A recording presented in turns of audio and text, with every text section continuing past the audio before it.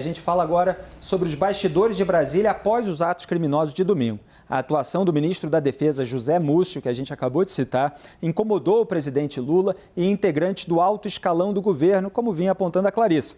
José Múcio, que tinha a missão de comandar o desmonte dos acampamentos nas portas dos quartéis, foi pego de surpresa com a chegada de dezenas de ônibus em Brasília para os atos criminosos. Pelo menos é o que está sendo colocado. A gente já debateu aqui que surpresa verdadeira não poderia ter havido.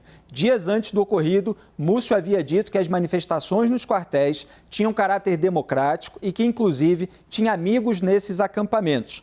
O ministro da Justiça, Flávio Dino, disse que é solidário ao ministro da Defesa, José Múcio.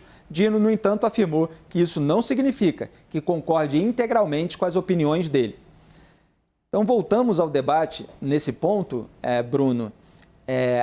Se falou bastante aí na imprensa, como a gente está colocando aqui, de que haveria amigos ali de autoridades ligadas às Forças Armadas e que esse pode ter sido um motivo pelo qual o José Múcio deu aquela declaração, não querendo incomodar os então chamados manifestantes nas portas dos quartéis. Como é que você vê esse imbróglio dentro do governo? Bom, eu acho que o silêncio do ministro da Defesa durante todo o dia do domingo, isso talvez seja o ponto de maior preocupação, porque eu acho que se a situação interna das Forças Armadas estivesse sob controle, ele talvez teria saído mais cedo e mandado mensagens claras da posição das Forças Armadas, do Ministério da Defesa, mas ele ficou em silêncio durante todo o dia e isso levanta várias preocupações. Qual é o grau de controle que o atual ministro da Defesa efetivamente tem sobre as tropas? Eu acho que isso é um ponto importante. Esse ponto é importante. Antes de você mudar, eu só queria citar, porque a minha pergunta é a seguinte: será que houve um receio por parte do governo federal de, em vez de fazer o decreto da intervenção federal no Distrito Federal, é muito federal, toda hora a gente tem que falar, não tem jeito, são os órgãos e são os governos. Houve um receio de que os militares se recusassem em caso de uso de outro dispositivo constitucional? Esse é um ponto fundamental, porque em outras situações, no Rio de Janeiro, como foi mencionado aqui pelo Lucas, foi uma intervenção usando o aparato das forças militares, do Exército Brasileiro. E aqui parece que existe um alto grau de desconfiança mesmo. Isso é muito grave. Essa é a realidade que nós estamos vivendo agora, depois de 4 anos de infiltração da política nos quartéis. Esse grau de desconfiança das instituições, generalizado, e as Forças Armadas, aí, infelizmente, também. A própria questão da inteligência, outra vez, a ABIN. A ABIN hoje é controlada pelos militares. Existe uma preocupação muito grande também. O diretor da ABIN, ele era pouco depois de deixar o cargo, ele deixou o cargo para se candidatar a deputado federal no Rio de Janeiro. O diretor da Agência Brasileira de Inteligência, afiliado a um partido e virando candidato da base do governo. Isso é impensável em outros países, que a agência de inteligência esteja politizada dessa maneira tão explícita. Então, essa desconfiança é o grau de risco que nós temos. Então, muito cuidado para dizer que a situação está controlada no Distrito Federal.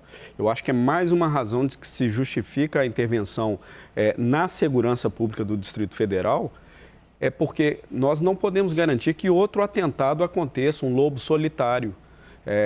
Muito dificilmente nós vamos ver ônibus chegando a Brasília para algum ataque daquele tipo.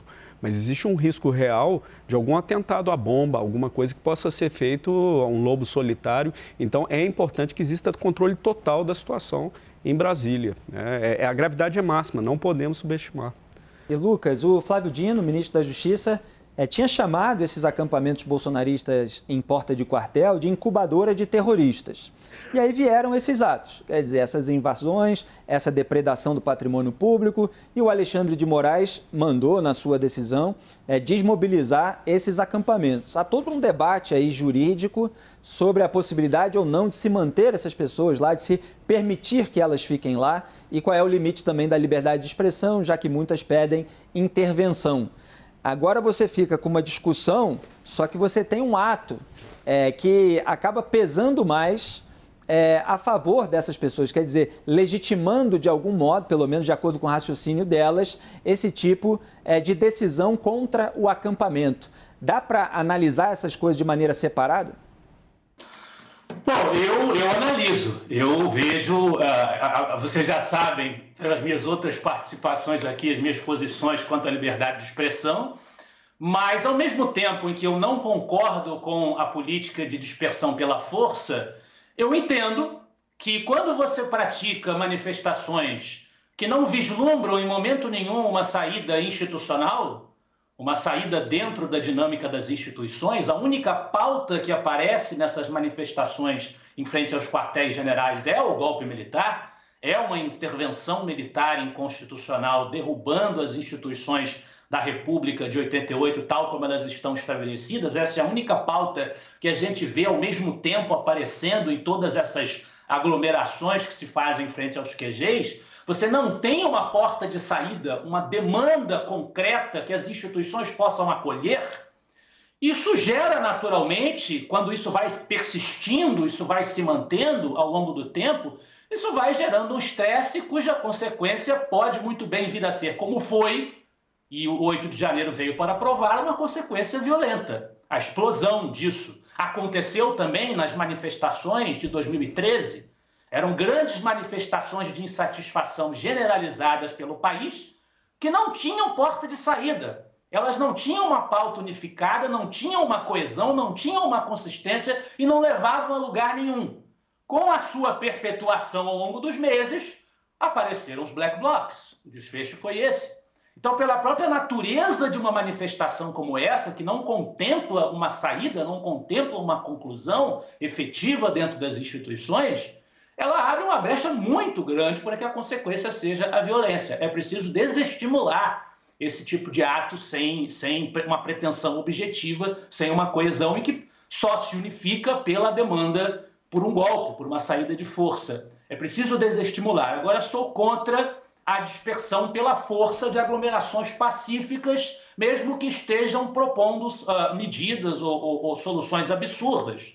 Se fôssemos prender ou constranger pela força pessoas que pregam contra a democracia em nome da proteção dela, nós, sinceramente, teríamos que prender aí mais da metade dos nossos universitários que estão aí nos corredores pregando murais contra a democracia burguesa. Seria um descalabro. Então, sou contra o uso da força, mas entendo a natureza da preocupação, que é legítima.